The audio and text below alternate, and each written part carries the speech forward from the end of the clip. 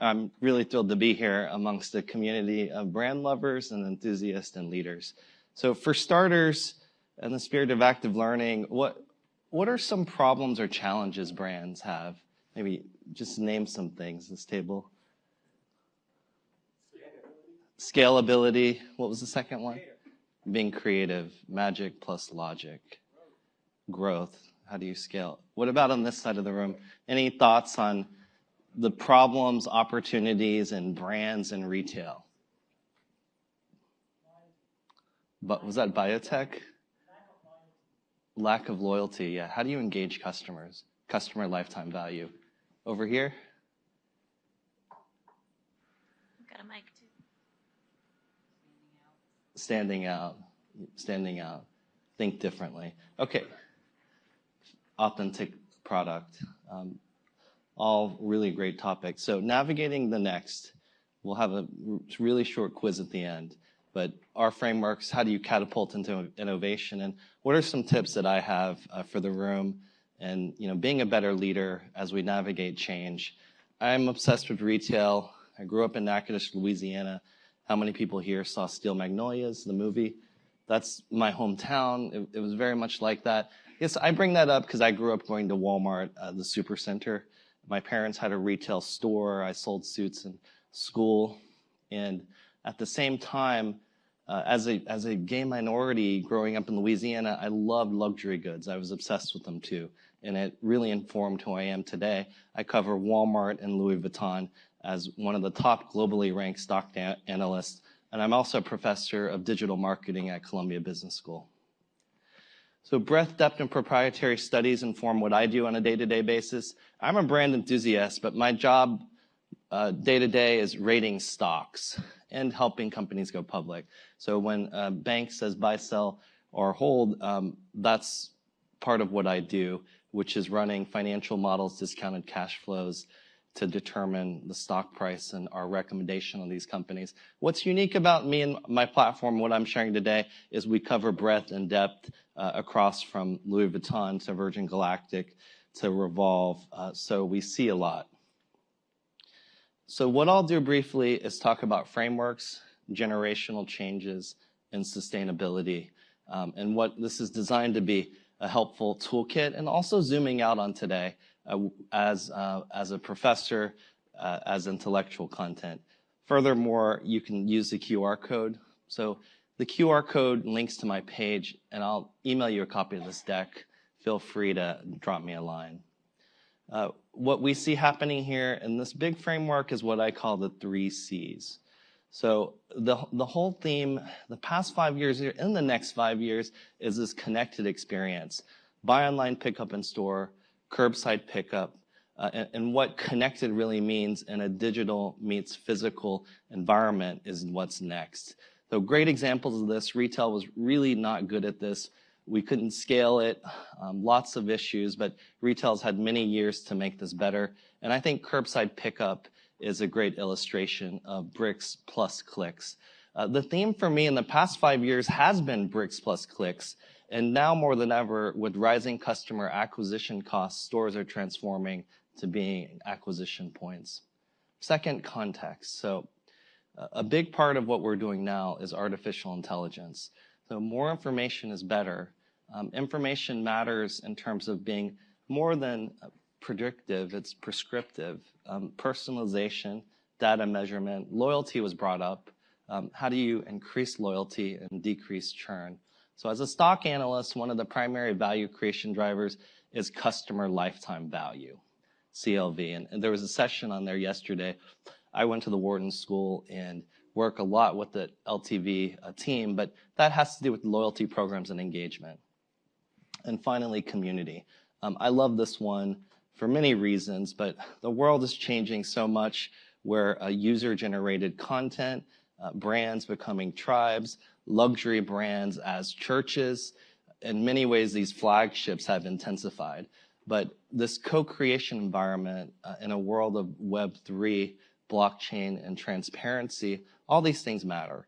So just getting back to the finances, when we look at our models and our earnings per share and judge companies, it's about frequency. How frequently does the customer come? It's about retention and engagement. And then can you lower or manage your acquisition cost through community and other people talking about your brand, or rent expense, bricks plus clicks?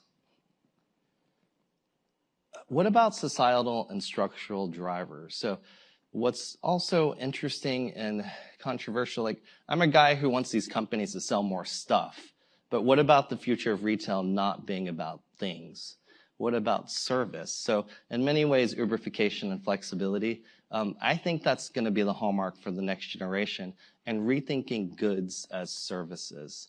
So Rent the Runway is a great example, subscription models. What is very pervasive in many ways is less is more. And so how will that lifestyle evolve? Uberification, new platforms, and also automation. Second, what about being realistic? I have a unique perspective in some ways, being a gay minority, about this notion of beauty and gender fluidity, body positivity, plus size goods as well, and many markets that have not been spoken to well, BIPOC brands and beauty. But what's really happening is this radical movement towards transparency and what it means to be beautiful and what it means to be your personal best, and you do you. Thirdly, wellness. So we have a book out last week, a 100-page book on the consumerization of wellness. So what we really see happening is this integration in some ways between a great customer experience and healthcare. I think this is going to manifest for the next 5 years. I think what brands can really think about is how they can participate in helping people live better lives through health, through wealth, through helping people save time, and through making positive differences. Wellness, beauty, healthcare, the consumer in many ways thinks about these together. So these are 3 key pillars. For any great brand or leader, clearly a community is a powerful pillar, being realistic in what that means to you and your brand, and the problems and opportunities, like should Tiffany care about climate change? Like not everybody agrees, like shouldn't just Tiffany stay in their lane? But if you don't answer the question, you're still answering the question by not answering the question. So it's a big issue. And then wellness. As you look at this matrix, this is what I think is happening. A do-it-yourself generation. Think about Etsy. Think about really a new kind of experiential where people are figuring out ways to do it themselves and being the most creative generation ever. Secondly, a society looking for connection. And thirdly, how many people here are time-starved? So saving time. And how can retail, how can brands drive these pillars? The future, the past. So this was 5 years ago when we came out with the book on the Amazon effect and what's happening. But I still look at this chart a lot. And basically, I think where brands miss often is after purchase and pre-purchase. So helping the brands come with me on the journey after I bought the item to be quite helpful and not creepy, and surprise and delight in unique ways that help you navigate. And it's there's so many good examples like beauty, cooking, but how can you be assistive and how can you actually engage just after the transaction? I'm a long-term guy who likes to have friends for the long term, and thinking about like life after, or for me, retail should be more about transformational, not transactional. So post-purchase, pre-purchase. And then I think this is old news to everybody, but Amazon had such a key starting lead with very, very low cost of capital and the ability to drive so many distribution centers and accelerate frictionless and reprice that and what convenience means. This is forever a basic part of the future of brands. Just get me what I want, when I want, how I want it, and that's what has to be done. And it has to be done in many different ways because there's many different consumers. Second, social. It's very simple. Do stuff that you can't do online in store, and what does that mean in terms of culture and being culturally relevant? And finally, one of the models I think about is brands won't be everything to everybody. How can a retailer or brand curate to drive differentiation, or not? And if you're building a marketplace, what's the unique proposition of your marketplace? Okay, second point, generational changes. So this is another thing. I'm frequently on television, so I look for ways myself personally to memorize some things. And what I talk about again and again is what I call STAR. So STAR retail is a shorthand for, it kind of reprograms you just thinking how I think about the future of retail. It's about sustainability, transparency, authenticity, and re-commerce. So sustainability and social impact, and a lot of our data speaks to what customers care about, younger generations. Transparency, think about clean beauty, labels, importance, and this factors into many different sectors. There's great analogies. How to be authentic, what does it mean to be real? And then re-commerce. We've seen this market grow much faster than traditional commerce. So STAR is a model which is very key to relevance with millennials and Gen Z, and it's pervasive in many different forms, whether that be experiential, whether that be physical retail. And what we're also seeing today, we have a bunch of people from my team, is phygital. So let's get phygital, physical meets digital. It will be a big part of sustainability and transparency. The premise behind Web3 and blockchain is transparency. So these themes are cool, but and extremely relevant ones in my opinion. I teach a class at Columbia called Magic and Logic. So for me, I'm kind of logical, but I'm not. I forced myself into logic going to Wharton and doing mergers and acquisitions and things I didn't love, but I really love magic because I'm a creative individual guy. I wish I had your jobs. I wish I was in marketing. So anyway, there's magic and there's logic, and this is the key to the future. What's happening societally is this theme of decentralization is a big deal. It ties into this morning, and we've seen decentralization before. Remember when Vogue, when Condé Nast were very important? There's just a whole evolution of what's happening here, but I just highlighted decentralization because of Web3 NFTs and peer-to-peer, and this very important movement where people really want to take control back into themselves and think about tokenization. Bricks, clicks, and portals. So this is a basic on what is an NFT. This was discussed this morning. A digital asset that represents a real-world object. What's important about an NFT is there's a few components. There's a metadata, which is how this NFT is coded amongst different characteristics. And then there's a smart contract. Smart contract enables a lot of flexibility executing between buyer and seller. So that enables what Adidas had mentioned in terms of structuring these in unique ways in terms of rev shares, et cetera. Chris, how much time do we have? Until 8 minutes until we... Okay, and after the clock, we go to Q&A, right? Okay. So this is a graphical representation, the token, non-fungible, and metadata. And I'll zoom through this so we can move on to Q&A. Another quick way. Okay, this one I'm obsessed with, and I'm trying to memorize it myself, but it's about engagement. So earlier in the presentation, somebody mentioned loyalty, right? So let's get phygital. Think about digital meets physical. Think about NFTs as engagement tools, as tokens that unlock physical. Second, the virtualization of status.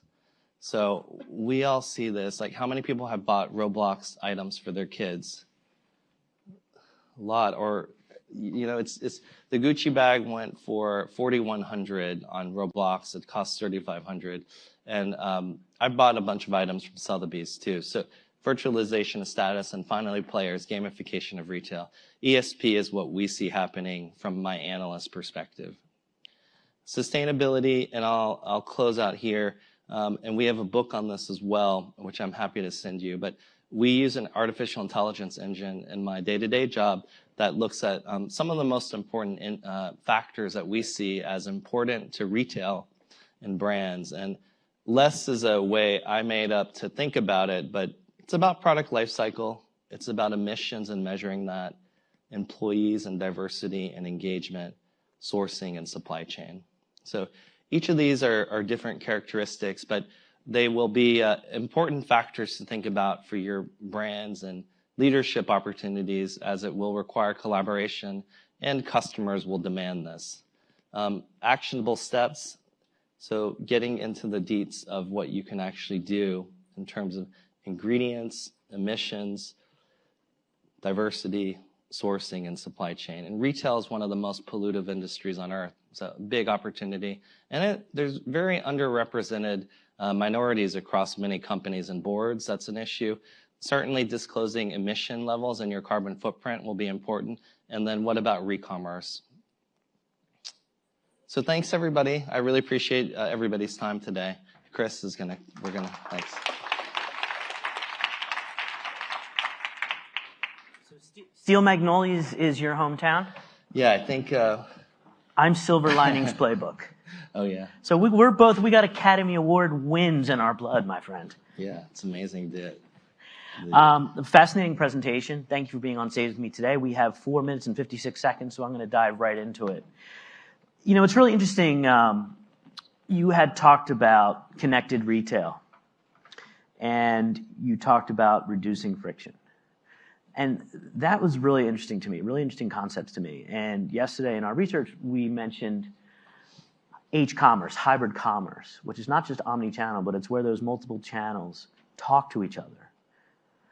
So I would like you to tell me a little bit about the importance of seamless consumer experiences across channels. How necessary is it to win? I think the theme earlier is back to the basics of what does it mean to be customer-centric. So being everywhere the customer is and surprising and delighting, and then also just offering an integrated experience across a complicated situation. So what's on the frontier, I believe, is phygital too, and understanding how to connect the virtual interactions with the physical. But having this connection, having this hybrid is ever evolving because there's new ways in which the consumer will touch retail, such as the stores you enter without checkout, such as the evolution of buy online, pick up in store, delivery, curbside pickup. I think you really have to execute in many ways to all these possibilities. And the shopper is going to start their journey in many different places. What we see happening is the shopper may do a lot of boring things digitally, but then start the cart digitally and then go into the store to have like an Eataly-like experience. This really differs by category though, and we also see shoppers taking advantage, the same shopper using all these modalities. Yep. Too. Yeah, I mean, I personally think the third rail in retail right now is when the shopper comes to a dead end in terms of their shopping experience. So for example, if you go in store and they don't have the exact product that you want, that's a dead end. So from that point, you need to offer them a way to close that sale. We don't have it here, but the person can find out really quickly on their phone that they can purchase it online. And the same thing can happen offline, right? The same thing can happen online where you're doing a search, I search it on Google, there it is locally as well. You know what? I can get it in 20 minutes. I'll just drive to the Best Buy and pick it up. I think that needs to be fluid. And I think if you can avoid that dead end, you're going to win and you're going to have a natural advantage. Yeah, I think what will happen is like artificial intelligence will unlock prescriptive commerce. Yep. So Walmart and Target and others will deliver the turkey you didn't know you needed. So also directly to your refrigerator. So the technology should enable all these possibilities, but it's next generation intuition. Absolutely. One more question for you. There's another thing that I'm fascinated with. I follow what happens regarding e-commerce in China, and I'm absolutely fascinated by super apps, where you can do multiple things in one place, such as, WeChat. They have 1.2 billion users. 1.2 billion users, okay. But you can message, you can make payments, you can shop, you can play games, you can ride hail, you can make medical appointments. Please tell me that's coming here. In some ways it is, in many ways it isn't. I think there's going to be more fragmentation here. And there's a lot of intense competition, which does lead to innovation. What we do see happening is major retail ecosystems evolve through membership programs, such as Walmart Plus and Amazon Prime and even Costco. Yep. I think you'll see Walmart make more strides into healthcare, and you'll see Amazon as well. And of course, we see financial technology and fintech being a big deal to Amazon and others too. So these ecosystems will develop. I mean, the issue with China is there are less privacy rules, and there's been more consolidation. It's a risk factor. Privacy is a risk factor, and that's something to watch, as well as IDFA. Yeah, I think one of the first things, and we're already seeing this, is the merging of social and commerce, and where you're able to do both at the same time and you're able to interact with your friends. But I just think that functionality in all those, in that one place, is incredibly important. The controversial statement you're making, though, is different from Web3, because Web3 and decentralization is anti-big app. Yeah. Because when you're in a big app, you give a lot of control to one centralized power. Yep. And the future of Discord and what may happen may not involve that. So there's going to be tension between the landowners and the platform owners and society. Can't wait to watch it play out. I know you will be watching it happen. Thank you for coming. Thank you. It was a pleasure being here. Thank you, everybody.